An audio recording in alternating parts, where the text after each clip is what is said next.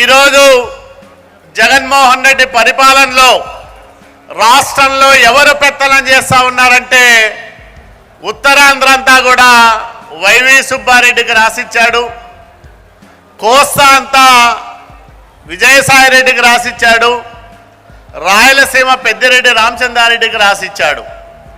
Telugu Desam party ఉత్తరాంధ్రలో అచ్చెన్నాయుడు గారిని మా నాయకుడని నిలబెట్టింది. కోస్తాలో యనమల రామకృష్ణుడు గారు బీసీ నాయకుడుగా ఎదిగారు. రాయలసీమలో కేఈ కృష్ణమూర్తి గారి కుటుంబం తెలుగుదేశం పార్టీతో తన ప్రయాణాన్ని ముందుకు సాగించి బీసీ నాయకత్వాన్ని అక్కడ ఇవ్వడం జరిగింది. ప్రతి ప్రాంతంలోనూ బీసీలను నాయకులుగా చేసి ఆయా ప్రాంతాల్లో రాజకీయ నిర్ణయాల్లో బీసీలనే ప్రధానమైన భాగస్వాములుగా తెలుగుదేశం పార్టీ చేస్తే ఈరోజు నలుగురు రెడ్ల చేతిలో మొత్తం వసూళ్ల వ్యవహారం అంతా కూడా సజ్జల రామకృష్ణారెడ్డి చూస్తూ ఉంటాడు తాడేపల్లి ప్యాలెస్లో కూర్చొని. ఈ నలుగురు రెడ్ల చేతిలోనే రాష్ట్రం నలిగిపోతూ ఉంది, నాశనమవుతా ఉంది అనే విషయాన్ని ఎక్కడికక్కడ బీసీలుగా మనం ప్రజల్లోకి తీసుకెళ్లాల్సిన అవసరం ఉంది. చంద్రబాబు నాయుడు గారు బీసీ నాయకత్వాన్ని ప్రతి జిల్లాలోనూ ప్రతి పార్లమెంటులోనూ పెంచారు. కీలకమైన నిర్ణయాల్లో బీసీ నాయకుల్ని భాగస్వాములు చేస్తూ వస్తూ ఉన్నారు.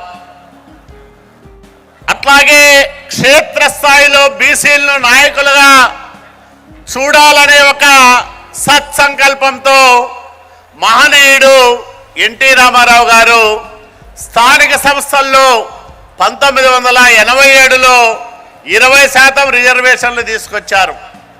దాన్ని మన నాయకుడు నారా చంద్రబాబు నాయుడు గారు 34% పెంచారు.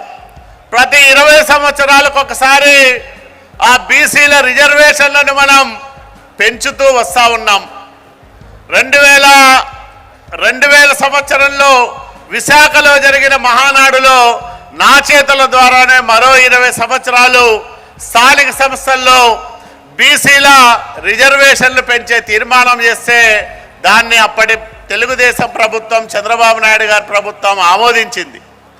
దాని తర్వాత 20 ఏళ్ళ తర్వాత జగన్మోహన్ రెడ్డి అనే ఒక బీసీల వ్యతిరేకి ముఖ్యమంత్రి 34% ఉన్న రిజర్వేషన్లని 24% తగ్గించి దాదాపు 16,800 స్థానిక సంస్థల పదవుల్ని బీసీలకు దూరం చేయడం ద్వారా క్షేత్రస్థాయిలో బీసీలు నాయకులుగా ఎదిగే అవకాశం లేకుండా చేసిన బీసీల ద్రోహి ఈ జగన్మోహన్ రెడ్డి అని మీ అందరికీ నేను మనవి చేస్తా ఉన్నా.